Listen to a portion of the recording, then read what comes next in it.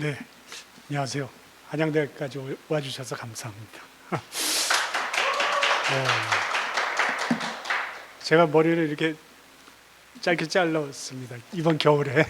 그리고 줌으로 처음 인사드렸는데 저를 이제 딱 보고 한 번 보고 기억하시더라고요. 너무 감사한데요. 머리 자른 이유가 있습니다. 저희 연구하는 중에 뇌파를 측정해야 되는데 이게 안 붙는 거예요. 센서가 잘 안 붙어요. 그래서 하다가 안 돼서 미장원 가서 머리 확 자르고 짧게, 무조건 짧게, 여기를 짧게 잘라달라고. 그래서 와가지고 했는데 그래도 안 돼요. 그래서 물을 막 붙이고 이 랩으로 이렇게 칭칭 감아가지고 뭐 턱이 잡아당길 정도 되니까 이제 이 센서가 되더라고요. 그래서 이제 겨울에 추운데 이러고 다녔는데 장점이 있는 것 같아요. 제가 이제 60대 연구들을 이렇게 새로 시작하고 논문 쓰고 막 새로운 것들을 저는 건축과에 있습니다. 건축과에 있다가 이런 연구를 하게 되는데 이렇게 해서 연구원들이 반, 지금 이제 대학원생이 반 이런 수준인데 제가 이렇게 짧게 자르니까 진짜 심각하게 보더라고요.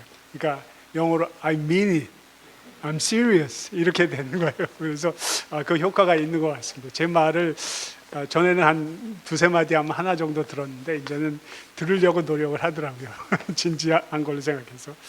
예, 제가 건축가인데 왜 이걸 하느냐 그런 말씀들을 많이 하셔서 좀 소개를 드려야 되는데 제가 음향을 전공하고 음향 연구를 하는데 거기에 이제 환경이 시각적인 게 있습니다. 그래서 시청각적인 부분을 하다가 그걸 계속 소스로서 봐왔는데 사람에 대한 반응들을 보다 보니까 그게 참 의미 있는 자극 요소가 된다는 걸 알게 됐습니다. 그래서 그걸 좀 더 발전시키면서 여러 가지 영역에서 이제 적용이 되는데 그 중에서 오늘 말씀드리는 거는 이 치매 영역에서 저희가 연구 개발한 쪽으로 이렇게 발전이 되어 왔다 하는 내용들입니다.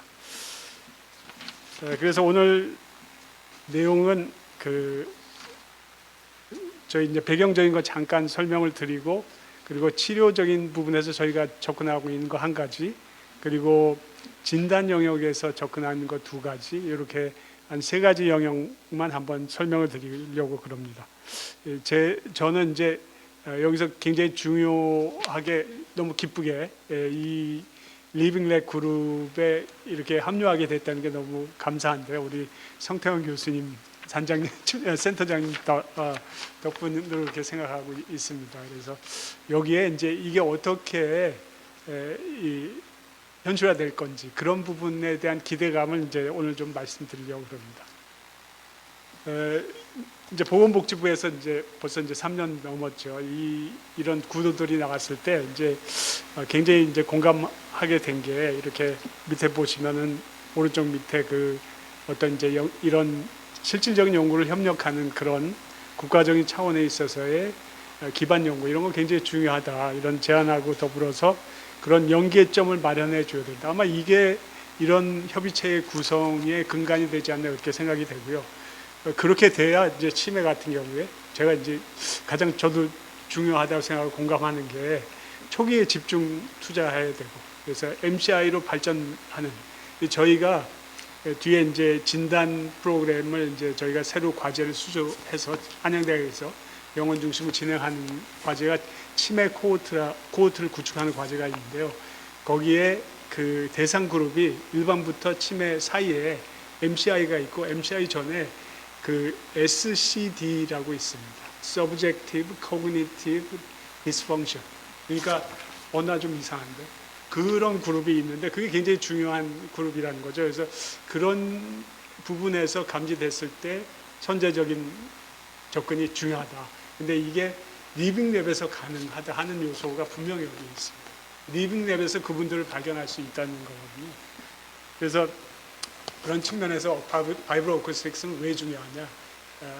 이게 소리잖아요. 소리가 기계에서도 소리가 나지만 사람에서도 소리가 나고요. 사람은 소리 이외에 다양한 걸 보냅니다. 사실은 뇌파도 소리인데 그래서 여기 EEG 그다음에 심장에서도 소리가 나는 heart rate variability 이런 거 다양하게 우리가 멀티 센서리 기관입니다. 저희가. 그리고 거기서 소리가 나고 이런 시그널들이 발생이 되고 있고 그리고 저희는 그거를 일부러 주기도 하고 받아서 분석해 보기도 하고 그러면서 이제 전주기적인 의료 솔루션을 가져가는 그런 목표점을 가지고 이런 AI 알고리즘도 만들고 데이터를 기반으로요. 그리고 맞춤형 플랫폼을 구성해서 정말 기업이 들어와서 뭔가 할 수 있게 이렇게 해보는 작업들을 진행합니다. 근데 이게 제가 5년 전에 저쪽 공대 쪽에서 이쪽 병원 쪽으로 가까이 오다가 제가 뭐 오고 싶은 길을 걸어온 게 아니고요. 맨날 여기 걷는 길이지만 그런 협의체를 구성하도록 요청을 받았습니다. 그래서 학과도 만들고 그때 마침 저희 MEB라고 센터들도 생기고 그러면서 대형 과제가 수주가 됐습니다. 혁신형 의사과학자 과제. 여기에 의대 교수님, 특히 임상 교수님들이 이거 관심 있는 거라고 해서 제안을 하고 제가 이제 중간에서 공대 교수님들 모읍니다. 거기에 해당되는 특별히 생체신호에 대한 바이브로 오코스틱스에 대한 걸 하는 그러니까 주로 기계과, 전자과, 컴퓨터과 교수님들이시죠. 그분 중에 한 분이 저희 단장님이시기도 합니다. 그래서 같이 이렇게 모여서 연구를 하고 학과도 만들고 그리고 이 자리가 바로 공대하고 의대하고 중간 자리입니다. 요게 바로 요층이 저희가 만나서 식당에서 밥 먹고 요 식당은 좀 비싸니까 밑에 우리 사무실에서 도시락 시켜서 먹고 그러면서 의대 교수님들은 주로 점심시간에 시간이 되시니까 여기 오시고 그러면 점심시간에 주로 만남을 합니다. 그러면서 과제들이 형성되고 그래서 바이브로 오쿠스틱스 초기에 한 20여 개의 과제로 됐다가 2년 정도 지나면서 한 절반 정도 되고 그러면서 그게 이제 쭉 이어지고 있습니다. 그래서 여기서 보면 이제 제일 앞서가는 게 지금 커프라고 왼쪽 위에 있는 게 기침 소리를 가지고 폐렴을 진단하는 그 알고리즘 만들었고요. 그게 미국에서 그 프레스 릴리스까지 됩니다. 그러면서 거기에 미국 의학 매체에 실리고 여기 오늘 나온 업체가 있는데 이 업체가 미국의 제한군인의 프로젝트를 진행하는데 거기에 그 하드웨어에 이제 론칭이 될 계획입니다. 그런 식으로 이제 이런 저희는 이제 호흡기 내과하고 지금 이제 병원의 부원장이 되신 우리 김상한 교수님 중심으로 해서 그 연구가 진행돼서 이제 제품화된 이제 결실을 맺고 있습니다. 그래서 그렇게 이제 바이브로 오쿠스틱스가 쭉 진행이 됐는데 특별히 MCI 부분에는 어떻게 됐냐 그 부분들을 이제 오늘 좀 간단하게 설명을 드립니다.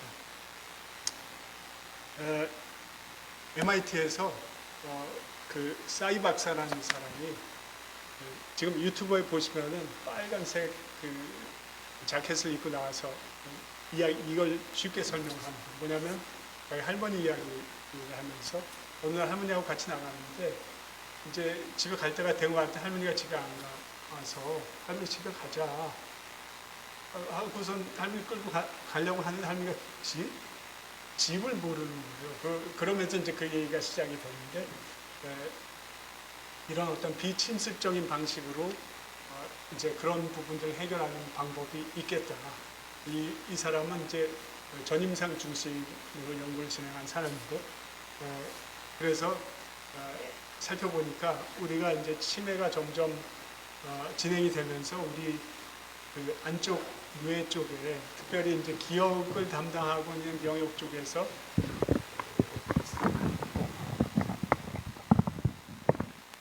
해마 쪽이죠. 네. 거기서 주로 많이 나오던 감마파가 제일 그래도 이제 높은 쪽 영역, 주파수 대역으로 높은 쪽, 그게 발생이 점점 줄어드는 거예요. 그래서 그 부분을 쥐한테, 치매 쥐한테 그 부분을 계속 쏴줬어요. 처음에는 빛으로, 그 다음에는 소리까지 같이. 그랬더니 감마파가 좀 더 활성화가 되는 거예요. 그러면서 길을 잘 못 찾던 쥐가 길도 찾고 먹이도 찾아가고 이런 일이 발생해서 그것들을 계속하면서 이제 사람한테 적용하는 일들을 하고 대규모 임상 시험을 진행하다가 코로나를 딱 맞았어요. 그래서 코로나 바로 전까지 나온 데이터들을 바로 이 21년 이 논문에 실었습니다. 그러니까 2016년에 이게 가능하다 하는 걸 전임상 결과를 통해서 발표했고 19년에 소리하고 빛하고 함께하는 이런 자극법이 비침습적으로 유효하다 하는 걸 발표하면서 보스턴에서 회사도 만들었습니다. 그래서 이제 그 회사가 우리나라에도 작년에 왔는데 근데 이제 임상에 적용하는 연구를 대단히 이렇게 하다가 어느 정도 결과가 나오고 중단됐는데 뭐냐면 사람한테 하니까 잘 안 돼요. 그리고 저도 해봤는데 너무 괴로워요. 이 소리를 계속 듣고 빛을 보고 하루에 1시간씩 주에 3번 이상 해야 되고 그게 4주, 6주 막 이렇게 해야 되니까. 그래서 이제 이 부분 어떻게 손을 대볼 수 있을까? 이걸 이제 우리 안동희 교수님하고 계속 고민을 했습니다. 그래서 장기 효과도 결국을 보면 여기에 이제 일부 장기 효과가 나오는데 좀 그 어떤 그 인지 테스트한 데서 일부 나오고 뇌파 영역에서 좀 달라진 결과들이 나오고 이 정도입니다. 그래서 그럼 이거를 괴롭지 않게 그리고 정말 확실하게 바꿔줄 수 있는 방법이 없을까? 그래서 뭐 이런 병리학적인 접근에서의 이런 어떤 보조적인 어떤 도움을 약물에 대해서요. 이런 접근 방식, 좀 더 뉴로 모듈레이션적인 접근 방식을 가면 어떻겠냐. 그거를 제안하고 그게 이제 TMS를 활용합니다. TMS가 왜 정신병원에서 정신과에서 왜 한 4, 50분 이렇게 우울증 있고 그러면 이제 치료하잖아요. 그거를 다른 모듈로 해서 접근하는 그런 방식들을 계속 연구자들이 연구하고 있는데 그 중에 한 부분을 사용하는 겁니다. ITBS라 그래서 간헐적 세타 돌발 자극을 활용해서 그 40Hz 사운드를 들려주기 전에 뇌를 말랑말랑하게 하는 겁니다. 뉴로 모듈레이션. 그래서 이 부분을 가능할 것 같은 이제 초기 접근을 다양하게 하다가 이건 이제 제 머리에다 한 겁니다. 제가 이렇게 머리를 자르고 이 얘기는 해도 된다고 오른쪽 밑에는 제 결과인데 단기에서 효과가 있고요. 그러니까 동기화가 되고 이게 뇌파가 동기화가 되고 그리고 아랫부분은 빨간 거가 이렇게 연결성입니다. 뇌의 각 부분들이 서로 연결이 돼야 되잖아요. 그래서 연결성인 측면에서 강화가 되는 그런 부분에서 이 복합 효과가 있다는 걸 알게 됐습니다. 그러니까 40Hz를 그냥 들려주는 것이 아니라 들려주기 전에 뉴로 모듈레이션적인 접근 방식이 가능하겠다. 그래서 그거를 IRB를 받았습니다. 그래서 임상 시험을 시작하고 있는데 안 교수님이 이제 거기 그만 좀 천천히 갑시다.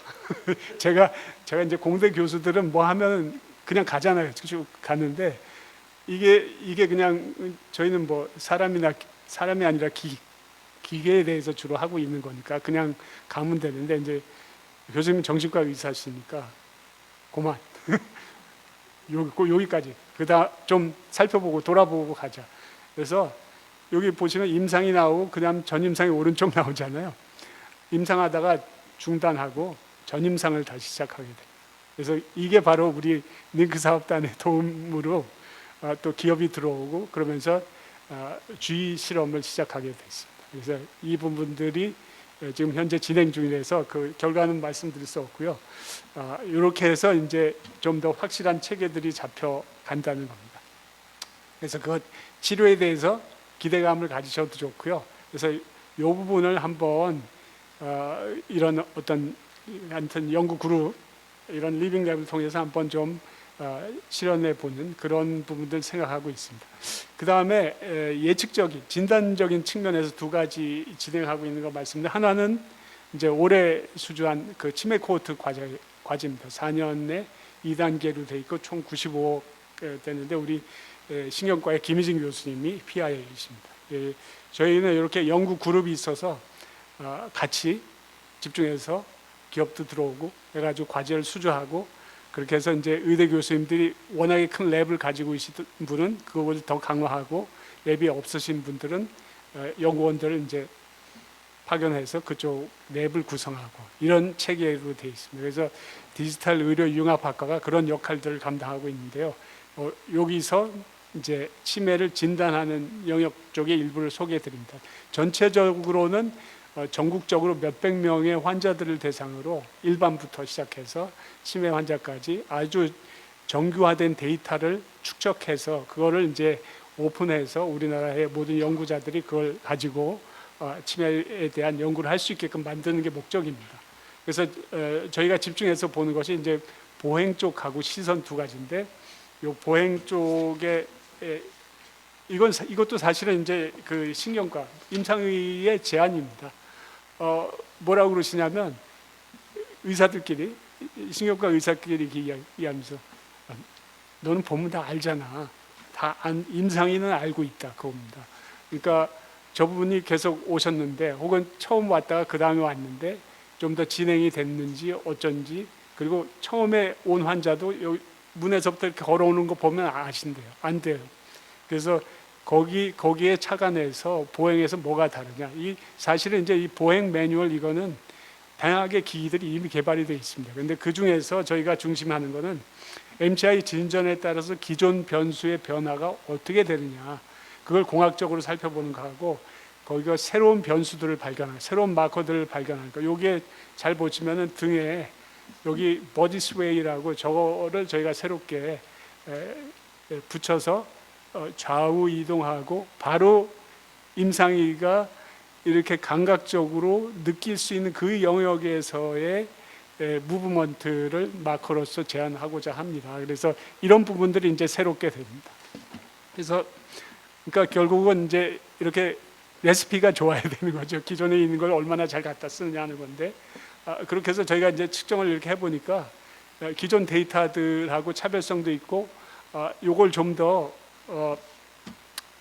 그 MCI의 진전에 따라서 좀 더 이 케이스를 세분화할 수 있다는 거.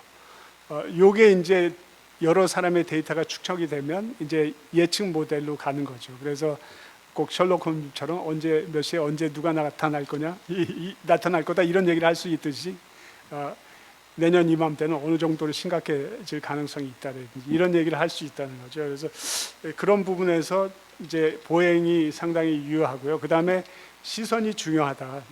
무엇을 보고 있느냐 이 부분들이 처음에는 집중이 잘 되는데 이제 SCD를 거쳐서 MCI로 가면서 이제 집중이 왜 흐려지냐면 저희가 이제 다양하게 환자하고 의사의 인터뷰를 봤는데 이제 처음에 노멀하게 그 데일리 라이프를 이야기할 때는 괜찮아요. 그런데 이제 의사의 질문이 이따가 고조화 질문 조금 보여드리는데 조금 더 이렇게 깊이 들어가면 표정이 일그러지면서 이제 그 기억하기 위해서 너무 애를 쓰는 그 모습들 가운데 이제 시선에 대한 부분들이 달라집니다. 초점하고 중심들. 그래서 시선 추적 프로토콜이 굉장히 중요해서 이거를 이제 저희가 그 토비 안경 이런 거 들어보셨죠? 그 시선을 추적하는 그런 거에 시스템을 저희가 이제 디자인을 좀 했습니다. 그래서 이제 좌우로 움직이는 거, 또 그걸 추적하는 거, 그리고 그거하고 반대되는 쪽으로 반대되는 거 이게 이렇게 가면 반대되는 걸 보게 하는 그런 거, 그 다음에 순서대로 어떤 방향을 가지고 이렇게 움직이도록 하는 거, 숫자를 의미를 갖다 기억하면서 반응들을 보이는 거, 그리고 단기 기억, 장기 기억 이런 부분들을 이제 도형이나 숫자를 가지고 시선 검사들을 쭉 진행하고요. 여기에 마지막에 이제 저희가 추가로 하는 게 환경에 대한 겁니다. 이 환경에 대한 반응이 사실은 기억 베이스로 돼 있기 때문에 정말 정상적인 기억을 하면 그 부분들 처음에 뭘 보느냐가 정해져 있고요.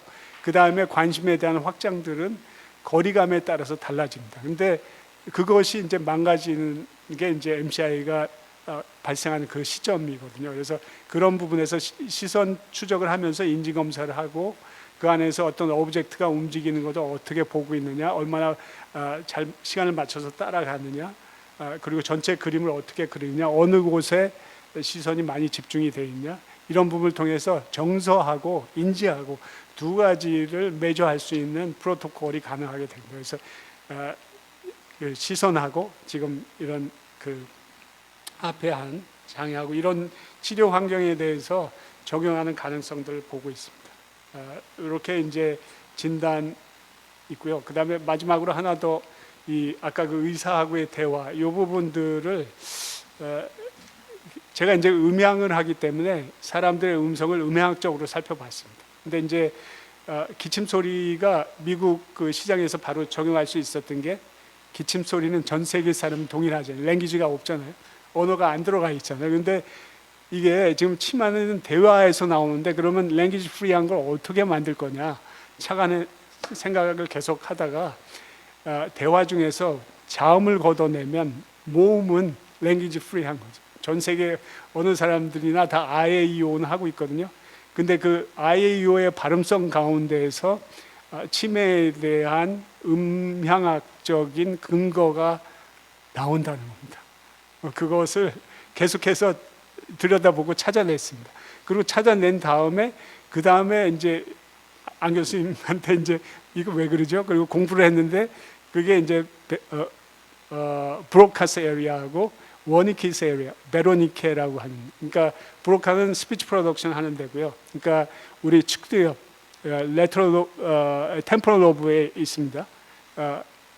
브로카가 스피치 프로덕션 하는데 사실은 스피치가 컴프레hension이 돼야 프로덕션 하잖아요. 이게 워니키스 에리아, 그러니까 베로니케에서 스피치 되는 컴프레hension 하고요. 이해가 되면 그게 저장이 됩니다. 해마에. 그러면 다음에 이제 어떤 대화가 와서 뭘 갖다 하려 그러면 거기서 가져와야 되는 거죠. 거기서 생각, 기억을. 근데 이게 연결이 잘 안 되면 그게 이제 문제가 되니까 그 연결 부분에서 얼마나 잘 연결이 돼 있냐 하는 부분들을 발성학적으로, 발성에서의 음향을 분석해서 거기서 제가 찾아낸 게 피치 스트렝스라는 겁니다. 이게 아주 쉽게 이야기하면 치매로 가면 좀 이렇게 되잖아요. 그래서 그러니까 뭘 약간 고주파로 가면서 음압은 낮아지는, 이게 아주 단순한 이제 예시인데 실제로 그런 분석들이 가능해진다는 거고요. 그리고 그게 일반 그냥 책을 읽는 데서는 안 나타나고요. 의사하고 환자하고 대화에서 나옵니다. 그래서 이거를 참 다행스러운 게 저희가 이제 이 리코딩을 찾았는데 우리 정신과의 노성훈 교수님이 미국의 디멘시아 뱅크하고 연결을 해 주셨어요. 여기에 데이터가 많지도 않아요. 10개 병원에서 약 한 80명의 환자하고 비환자하고 의사하고의 대화, 거의 같은 주제입니다. 제시된 그림을 보고 설명해 주세요. 그 다음에 피넛버터 앤 젤리 샌드위치 어떻게 만들죠? 뭐 지금 자신의 기분 상태가 어떤가요? 뭐 자신의 가족에 대해서 이러면서 이제 부가적인 질문, 아침에 뭐 드셨어요? 뭐 이런 거 있잖아요. 그러면서 이제 점점 뒤로 가면은 이제 가족을 이제 잃어버렸으니까 기억이 안 나니까 이제 괴롭기 시작하죠. 몇 명인지도 이제 점점 흐려지니까.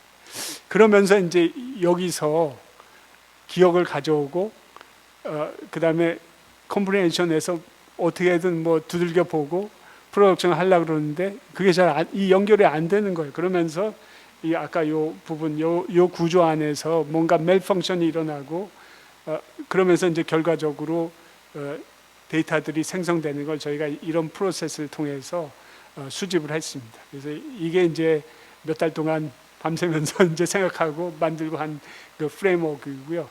그렇게 해서 이런 실험들을 쭉 거쳐서 이건 이제 뭐 복잡한 거니까 말씀드리긴 그렇고, 그래서 AI 모델을 만들고 그렇게 해서 이제 피치를 분석해 봤더니 노멀 그룹하고 MCI 그룹하고 명확한 차이가 바로 피치 스트렝스에서 일어나고, 그리고 그러면 이게 예시가, 좋은 예시가 레이건 대통령의 스피치일 거다.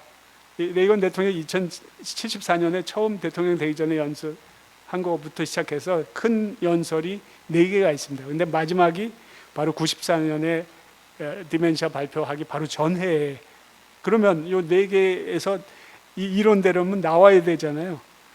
안 나오는 거예요. 여기에 요 네모 4개가 알스 스피치, 레이건의 스피치입니다. 이게 뭐냐면 브로카 영역만 쓰는 거예요.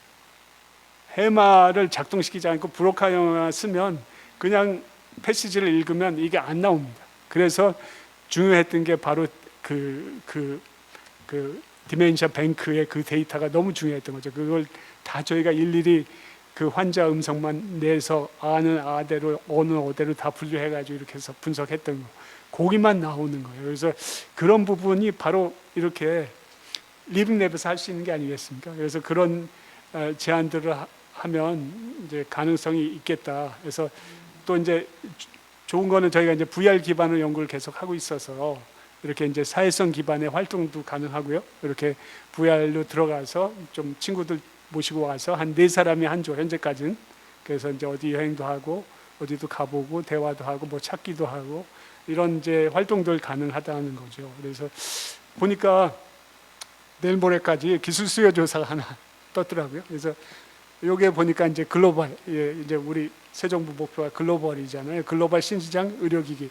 요거 이제 기업하고 저희가 이제 기반이 돼 있는 게 독일의 아연공대, 미국의 MIT, 그리고 일본의 니폰 메디컬 스쿨, 이렇게 세 군데 연구자들의 연계가 있습니다. 그래서 그런 어떤 기반으로 해서 여기는 아마 중견기업 이상이 아마 들어와야 될 것 같은데 그렇게 하면 이 치매에 대해서 뭔가 해볼 수 있을 것 같고요.